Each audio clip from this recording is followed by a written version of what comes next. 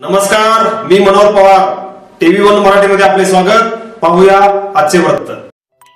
जत शहरासह तालुक्यात कोरोनाचा प्रादुर्भाव वाढण्यास सुरुवात झाली असून मुख्यमंत्री माननीय उद्धवजी ठाकरे यांनी दिलेल्या आदेशानुसार जत पोलिसांनी गेल्या 2 ते 3 दिवसापासून मास्क न वापरणाऱ्यावर धडक कारवाई सुरू केली असून गेल्या 3 ते 4 दिवसात जत पोलिसांनी जवळजवळ 100 ते 150 जणांवर कारवाई केली असून आज सायंकाळी 4 वाजता जत पोलीस स्टेशन समोर जत ते सांगली या रस्त्यावर पोलिसांनी नाकाबंदी केली असून या ठिकाणी मास्क न लावणाऱ्या अनेक जणांवर कडक व धडक कारवाई केली.